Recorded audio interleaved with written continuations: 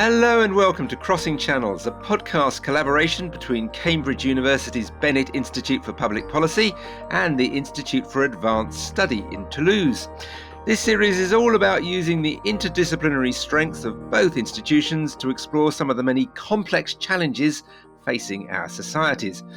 I'm Rory Catlin-Jones, and today's episode asks the question, what can political leaders learn from history? We're going to look at how history can teach us what works when it comes to policy making and discuss just how much our leaders should rely on the lessons of the past and when they should ignore them, perhaps.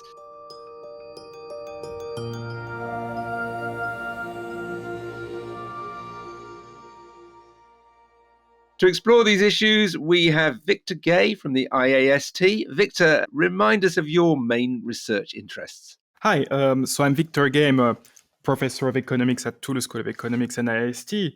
And my main research is about the economic history of France. And in particular, I've been interested in understanding the short and long-run consequences of World War I on female labor and norms relative to gender roles in France. And currently, I'm also developing a new research agenda, slightly different from that one, trying to understand the role of the state, the consolidation of the state in 18th century France for long-run development. Well, we'll be interested to see whether 18th century France can tell us anything about 21st century France or anywhere else. And our other panelists from the University of Cambridge, we have Lucy Delap. Lucy, what do you focus on? Thanks. I am a historian of the 20th century. I'm super interested in the history of gender and sexuality. And for me, that has meant a lot of work on labour, the experiences of groups such as women or disabled people in labour markets. But I'm also interested in how ideas get activated at the kind of grassroots level. So I work a lot on social movements such as women's movements. And we'll be trying to take advantage of your great analysis of those different trends and how they relate to what's happening today. So let's begin with the big question of why does history matter? Why should political leaders today take any notice of what happened 20, 50, 100, maybe 1,000 years ago? Victor, why don't you kick us off? Thanks. I think it's a great question. I mean, beyond the pure, I think, intellectual value of being interested in history, I think it carries a lot of value to understand better the present. I mean, in general, I think looking at history, especially economic history, provides us with many more experiences, better facts, and more facts. So people would be surprised, but when I say better facts, oftentimes the data and statistics that we can gather from history are actually of better quality than the ones we have now. If we think about demographic facts, because of the anonymity rules, we can have a lot of much more information about people in the past than today. So all of this enables us to kind of study the long-run consequences of historical events in much more depth. We'll come back to that, but let me just take the example of, suppose we want to try and understand the very long-run consequences at the individual level of being born during the current COVID crisis. So one might want to look at the past, the influenza epidemics of 1918 in Europe. And because we have all this information at the individual level in the past, we can understand much better and follow people over time, 40, 50, 60 years. And we are able to understand these consequences. Why is this of importance for policymakers? Well, we have a lot of different episodes that repeat themselves over and over again, and we'll come back to that, but with some method, I think we can learn from this and develop better economic policy. You've anticipated one area which we are going to look at, but let's look big picture first with you, Lucy. I mean, why do you think what you've been spending your career looking at, which is mainly the 20th century and gender, why might that have relevance for what political leaders are deciding in various areas today? Well, political leaders are often a bit reluctant to look historically. They often think my whole focus is on the future and delivering better in the future. So, we're trying to transcend history, not look back at history. And yet, looking back historically can sometimes really provide the key to thinking differently about a topic. So I think historians often work very holistically. They try to understand the kind of full complexity of an event or set of processes. And that works to really counter the kind of silo thinking that you often get amongst both political leaders and policymakers of all kinds, civil servants, who tend to be thinking about, the very specific remit that they've been given to kind of deliver in economic policy. And they fail to kind of put it in its full picture. I also think sometimes history can get us to look back and find better ways of doing things. So a good example of the work that I'm doing at the moment on disabled people's experiences of employment is, to my surprise, finding that far more people who had disabilities were, not kept in hospitals or sort of, isolated in care facilities, but were working and were living in communities. So looking back to, let's say, mid-20th century Birmingham, where the records suggest that about 70% of people with disabilities were actually employed on the open labour market. That is a real success story and much more successful than the figures that we see today. So without wanting to say, oh, look, we can draw easy lessons from history, I do think sometimes history can give us real kind of hopes and dreams about how things might be different. And policymakers might be surprised to sometimes look back and discover that it was working better in the past, and therefore we can take things away from the past. And how far back should policymakers look? I mean, you're talking about the 20th century. Is there any validity in going back much further than that? Because the circumstances are so different. The technology, for one thing, is so different. Things have changed, but I work very closely with History and Policy, which is a national initiative trying to sort of bridge that gap between the policy world and historians. And we've had any number of papers that look back to medieval history, to early modern history, to think about specific episodes or specific political events where there are clear parallels. So, for example, looking at the gin craze in the 18th century can help us thinking about addiction and binge drinking in today's times. Tell us more. I'm fascinated by the gin craze. What can that teach us? Well, gin was a worry to policymakers in the 18th and 19th centuries because it was very cheap, it was very widely available, it was leading to really high levels of addiction. So looking at how they tried to regulate gin drinking and how they tried to set limits on people's access to gin or to absinthe in France. Victor can perhaps tell us more about absinthe. Gives us a sense of really how the modern state was invented and how it started to intervene more directly into the lives of working people, as can World War I, when there were efforts made to prevent people from drinking, for example, early in the morning. Regulations watered down the strength of beer, all designed to try to curtail people's drinking and regularize their lives and make them more productive as workers, essentially.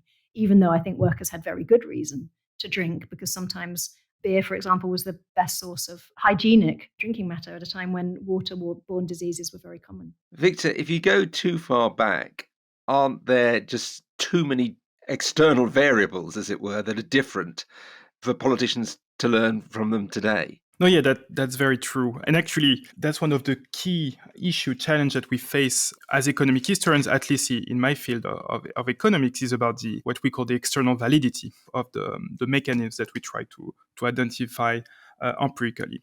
So there is always this trade-off. So on the one hand, the more you go far back in history, the more you're going to have access to more facts, to more episodes that might relate to the present. But of course, context is going to change, and the mechanisms you're going to be able to look at perhaps are going to be conditioned by historical phenomena, the context in different ways that is going to be harder and harder to observe and to interpret because they're going to be further and further away. However, on the other hand, it might sometimes help. So whenever you go further back in history, and you're studying market mechanisms, for instance, you're at a time where markets were only emerging and forming. And this provides you the unique opportunity to try to understand better how markets work, because they were initially in what we could call their purest form in some sense. It's a better kind of laboratory, as it were, the past. Exactly. I mean, there is one way to think about it exactly as a laboratory. A good example here is, I always give this example to my students, is about, suppose you want to understand the role of information flows or new information on stock market volatility.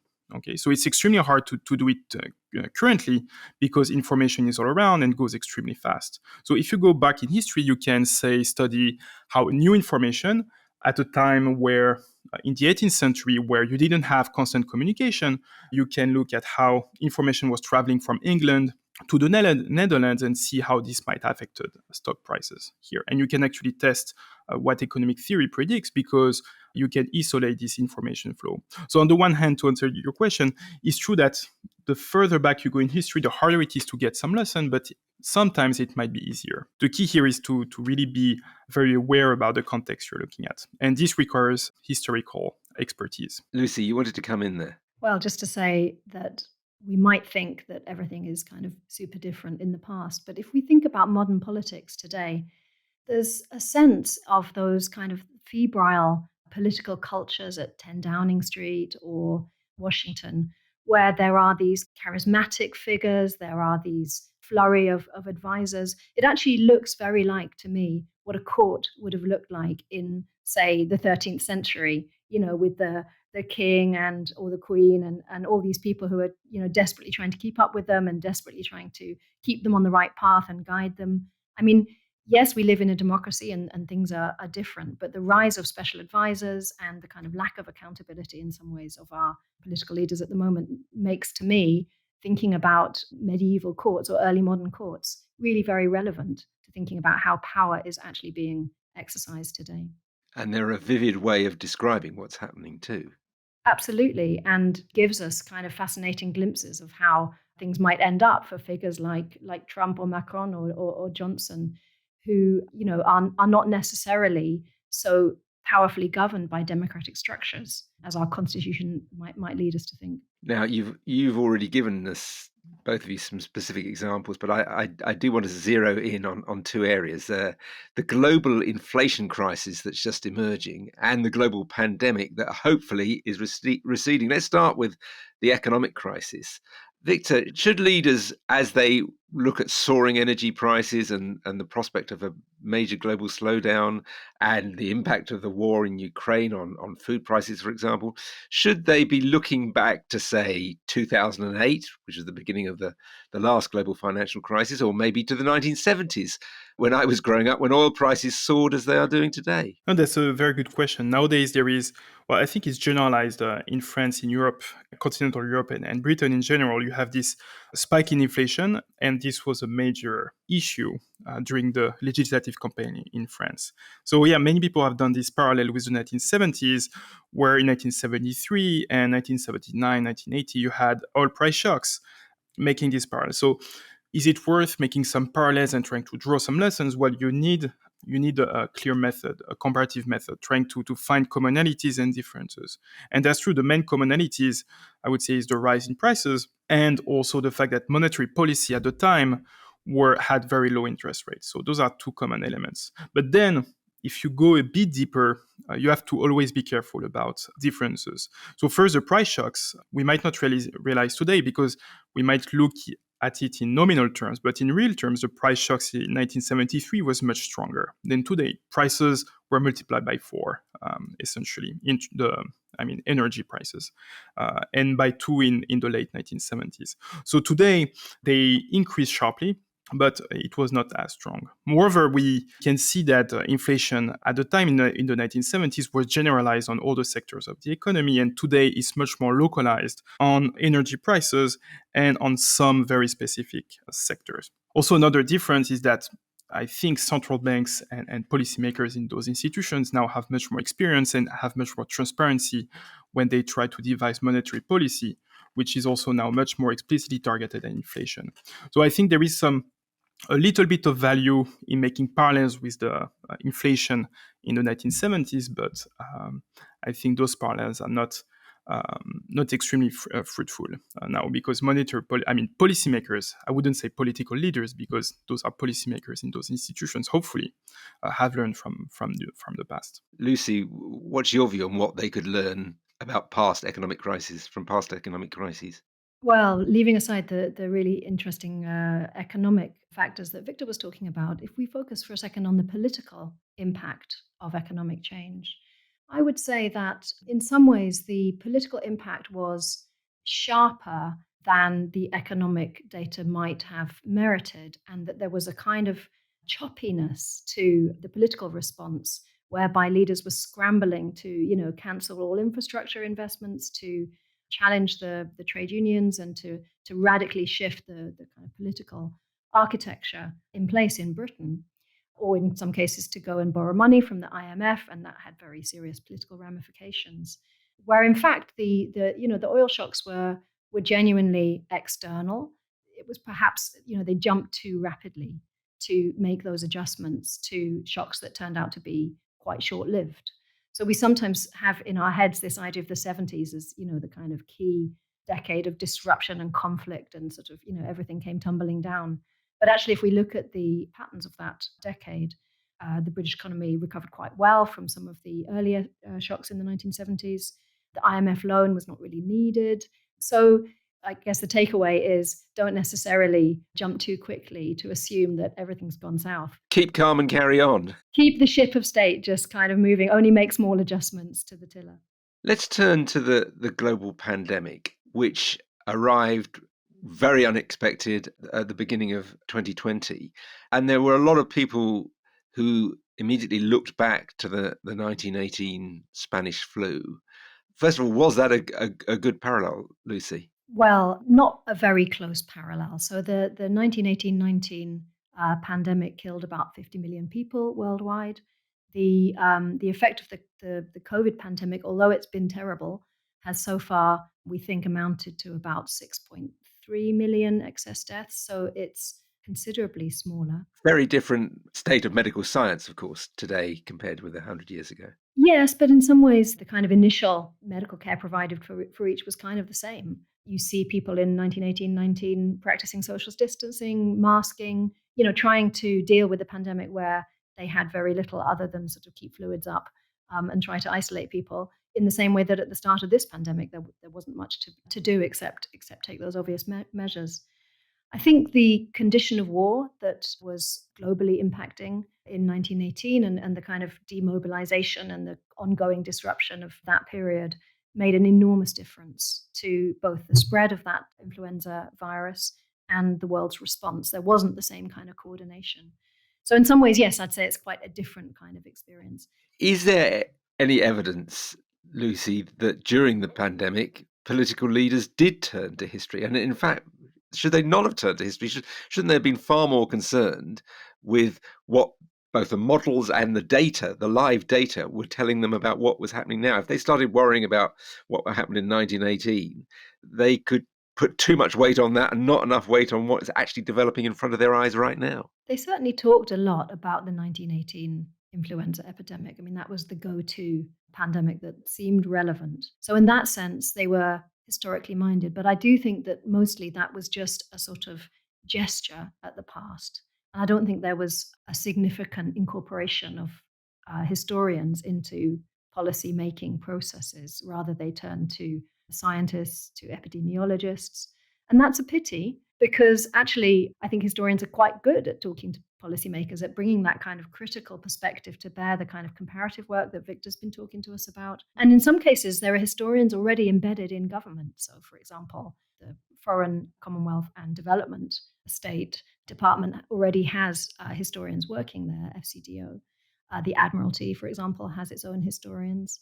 So it's not that there's not a tradition of historians being in government, but I did not see any historians up there at the nightly press conference. Do you think the general public would have taken it well if a historian had been lecturing at the daily press conferences instead of a health expert? Well, I'd like to think that they would have enjoyed it. After all, there's a huge presence of history in our public life. One of the problems is that our political leaders often think that they are historians.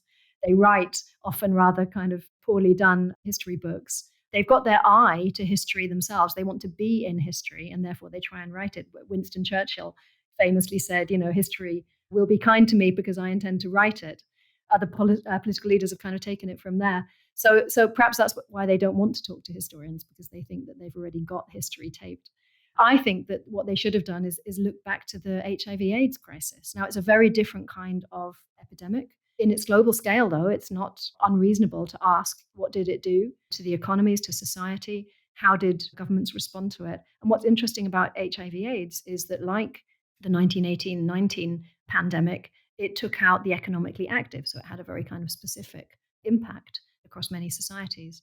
So, I think historians would have had lots to say about lots of different kinds of experiences of pandemics, as well as non-pandemics, that could easily have been relevant to this experience. Do we think historically? Absolutely we do. Look at The Crown and its popularity in giving us a sort of... The TV series, the Netflix. The TV series, The Crown. I talk about it all the time with my students. It shapes the way they think about history. So certainly we're thinking historically all the time. And one of the things that we need to do is just draw that out and make sure that we're doing good history and not what Margaret Macmillan, historian, has called nursery history, which is kind of, the history that makes us feel good. Victor, do economic historians get listened to? Because it often does seem to be that is an area where journalists certainly always look to the past to warn people that, it could be like the 1970s again. That's a big theme around at the moment in the newspapers and broadcasters. No, for sure. Whenever there is a financial crisis or an economic crisis of some sort, you hear a lot about economic historians or financial historians. And also, as policymakers, I think they are listened to. I mean, a good example is Ben Bernanke, who was chairman of the Fed, who was a specialist of the Great Depression of the 1930s. So I think they are listened to as policymakers. But here I would draw a line between policymakers in institutions, independent institutions, and political leaders who oftentimes tell the history they want to tell. And I mean, we've heard that a lot in the past election in France. They all have their own vision of history. But I think having an ideological view of history is always dangerous. Well, that's exactly where I was coming to, that if we talk about learning from history, we've got to work out whose history we want to learn from, haven't we, Lucy? I mean, it's changing all the time. I'm sure your work on gender in the 20th century has highlighted very different views of history from a women's point of view than may have been the accepted version. Absolutely. I'm really pleased to hear you say, Rory, that history changes all the time, because that exactly corresponds to how historians work. But one of the reasons why history is so controversial in public life today is because our political leaders often say you can't change history. They're referring there, of course, to the sum of facts about the past. Whereas for us, history is an analytic discipline, which is about interpreting what happened in the past. And it changes all the time. So absolutely, critical histories like women's history and feminist history have completely turned on its head what we think about the past. It's helped to bring in new kinds of historical actors. It's helped us to see the limits of, say, political appeal of political parties in the past. And Victor, in terms of economic history, as you kind of indicated, that is a huge live political battleground right now, and has been for some years, between the so-called free marketeers and those who believe in more government intervention. So presumably, which lesson you take from history depends on which camp you're in. Well, hopefully not. but as a political leader, that is. Yeah, yes. No, apparently it is. And I mean, all of them try to say, these are the facts, this is history, but suppose that even as accurate as they would like to be, well, you have to really think about how those facts, I mean, so-called historical facts, were constructed in the first place. So if you think about female labor in the early 20th century, so I studied that for my dissertation, and you realize that even those facts, you have to be very careful about them. So if you think about categories of female labor in the census, for instance, these were categories that were only emerging at the time. So the concept of the labor market was actually new. I think in the census in Britain, the concept of gainful occupations only came about in the late 1870s, I think. And the definition changed a little bit over and over. And to define what was female labor, in some sense, was extremely hard on the part of statisticians, especially because they, in some sense, didn't care that much about it. They care much more about industrialization and the work of men. So if you look at the census, in the most detailed returns, you have about 1,500 occupations detailed, and you would have on those 1,300 occupations by men, in some sense. And the rest were female occupations. What we can see from the statistics was really generated by some biased view of reality at the time and reflected the concerns of those who were building those statistics. So all this to say, even if we try to say, well, politicians shouldn't use the biased view of history, I'm not sure there is an objective view of history. Lucy, I see you nodding. But on the other hand, you have spoken of wanting a broader view of history and have indicated where that could come from. Yeah, I think that what history can do is it can talk to us about the kind of short-term, medium-term, and long-term effects of specific episodes. So let's focus again on women's mobilization during World War One. They were widely drawn into the labor force in certain workplaces and roles that women hadn't previously done. They were also drawn in to do jobs like clerical work. Some of those jobs were new jobs. What I'm interested in is how World War One saw a press response to women's work that was really glowing. You know, people celebrated their contributions. They were delighted to see women step up to that citizenship role, but also that they could turn on a dime and, as soon as hostilities ended, start saying that women needed to get out of those jobs, that they were blocking jobs that should be men's jobs. That's super interesting for us, thinking about the revaluation of workers that went on during the pandemic. How grateful we all were to the people staffing hospitals, staffing care homes, emptying our bins, continuing to make the trains run, for example. But again, we get a bit of that same sense of like turning on a dime and opinion being very changeable when we think today about how much demonization there is in the press of the rail workers in the UK. We were very grateful to those workers during the pandemic. Now we're concerned about them bringing Britain's trains to a halt. So I think the history here can tell us about how public opinion is very variable. But in the medium and long term, women's work during World War One and of course during World War Two led to a much stronger labour market position for them. So even though they were turfed out of jobs in 1918 or in 1945, actually the long-term effects were that they had gained new skills, that they were imaginable in roles where previously perhaps they wouldn't have been seen. And the big shift that happens in the second half of the 20th century is about the rise of women working, particularly married women working. Those jobs weren't always good jobs. They were sometimes pretty poorly paid. They were part-time jobs. But nonetheless, there was a big shift in the medium to long term. I suspect we're going to see the same kind of shift around those key workers who emerged as so absolutely crucial during the pandemic and who I think are going to see an improvement in their working conditions in the longer term. The other debate, of course, Victor, is about how we work. Policymakers arguing about whether everyone should be back in an office or whether technology enables them to work effectively from home. And there aren't that many lessons from history, are there? Because the technology is there now and it wasn't 20, 30, 50 years ago.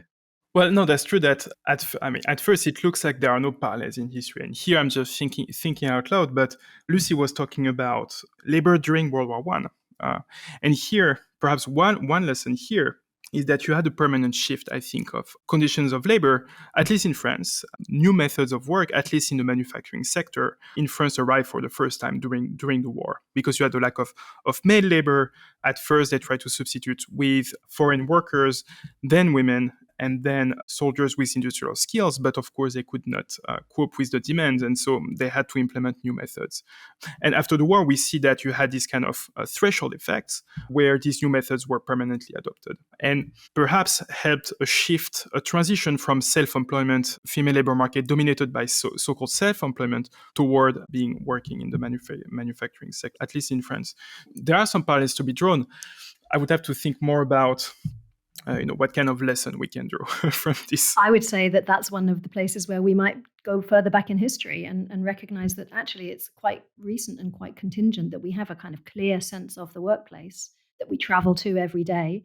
Look back to the 18th century and we see enterprises embedded in the home. We see home workers. And in fact, the persistence of home working across the 19th and 20th century, if we look to certain places in the labor market, often people quite marginalized, have been working from home. So, history gives us examples of like a much wider variety of ways of working. And that is really the nub of what history can do. It gives us contingency. It gives us otherness, how the world might be different. And that is super useful to politicians today. Well, that's all we have time for on this episode. Thanks to our expert panel, Victor Gay from the IAST and Lucy Delap from the University of Cambridge.